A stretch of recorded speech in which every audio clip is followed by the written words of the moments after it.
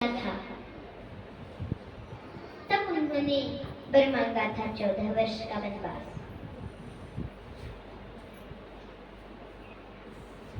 अब सभी माताएं अपने पुत्र को प्रेम करती हैं, सभी लोग अपने हाथ से भोजन कराती हैं। तो ऐसे ही एक दिन माता कैकेयी दूध भात खिला रही थी।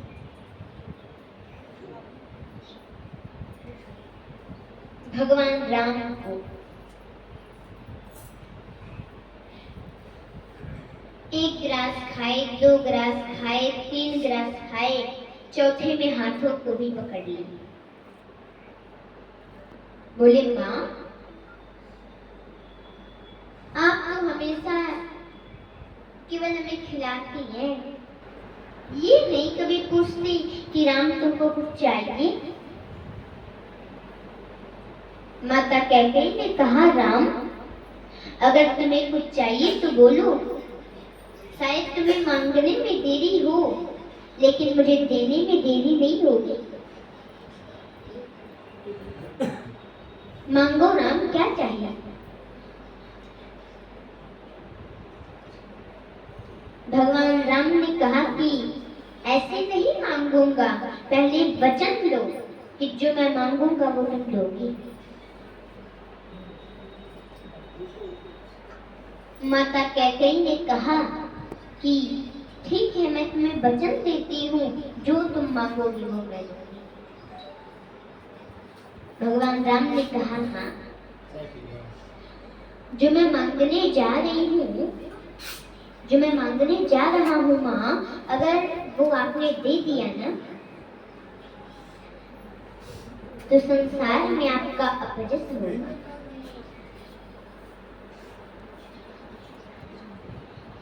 बोली, जिस जस से मेरा राम प्रसन्न न रहे वो जस मुझे नहीं चाहिए, और जिस अपजस से मेरा राम प्रसन्न है वही वो अपजस ही मेरे लिए ठीक है, वो अपजस मुझे स्वीकार है। मांगो राम। भगवान ने कहा, माँ, जो मैं मांगने जा रहा हूँ अगर वो आपने दे दिया ना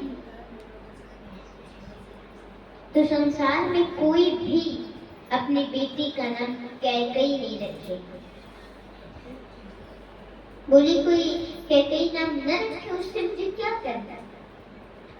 मुझे तो बस इतना चाहिए कि मेरा राम प्रसन्न रहे। मांगो।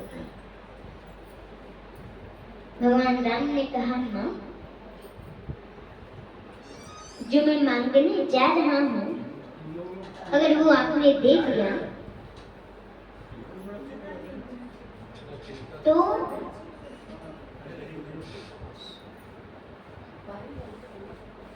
शायद आपको वैदव्य जीवन भी देखना पड़ सकता है। वैदव्य जीवन माने आप लोग समझते हैं विधवा। विधवा जीवन भी आपको देखना पड़ सकता है।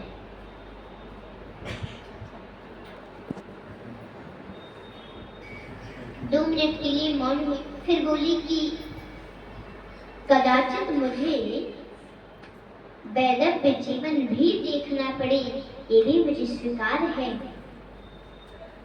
बस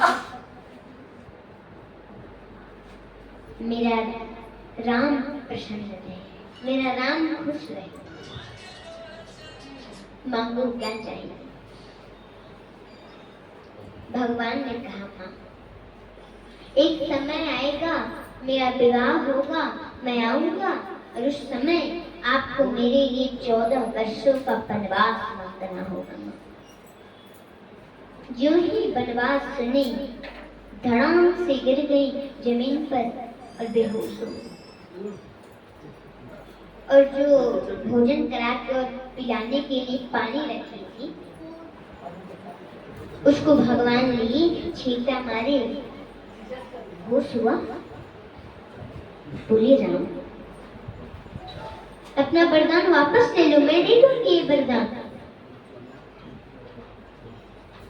संसार में मेरा अपजस हो मुझे मंजूर है,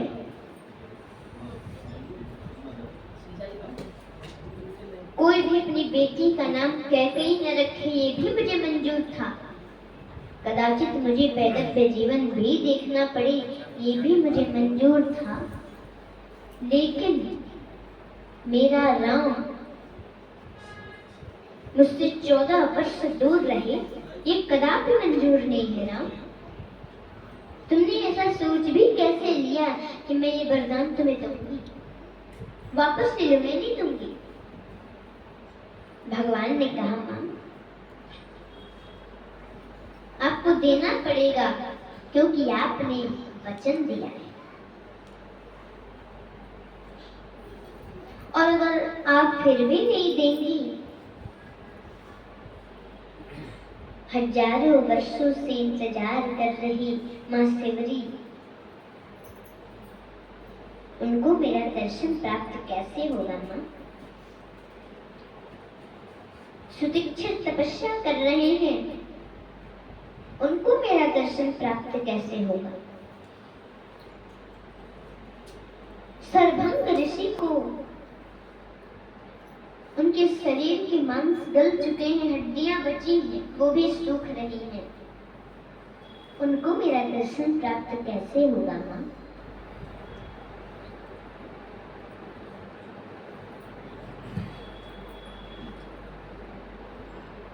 आपको देना पड़ेगा। उस दिन से माता कैकेयी भगवान राम से थोड़ा हट के रहने का प्रयास करने लगी कि वो दिन आए और मेरे दिल के टुकड़े टुकड़े न हो जाएं और मैं राम को दिया हुआ वचन पूरा न कर सकूं। उस समय आई। पहले भगवान राम को पता चला उनका राज्याभिषेक होने वाला है।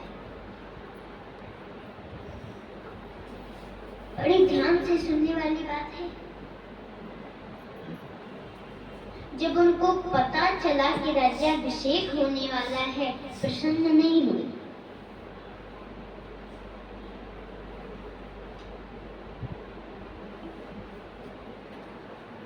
प्रसन्नतां ज्ञानगताभिषेकतः तथा न ममले वनवासदुःखतः मुखम्बुजश्री रघुनन्दनस्य मे सदस्तु सा मंजुलमङ्गलप्रदा।